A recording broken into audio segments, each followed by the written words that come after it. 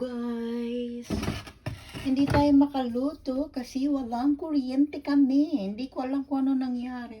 Wala kaming kuryente. Hindi ako makaluto. Puro kaldero. Wala guys. Walang kuryente. Hindi kami makaluto. Hindi ako maka-microwave kasi wala siyang light. Yan guys, lahat dito di kuryente. Unti mong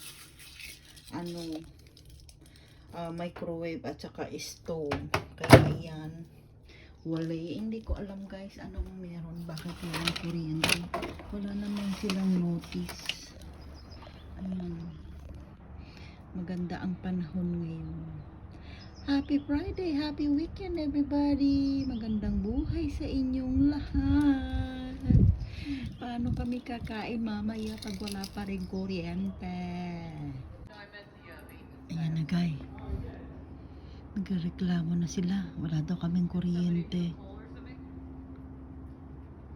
Nagre-reklamo mga wala kaming kuryente.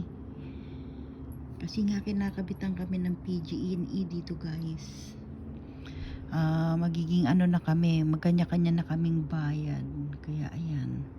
Pati aso ko chismoso pala.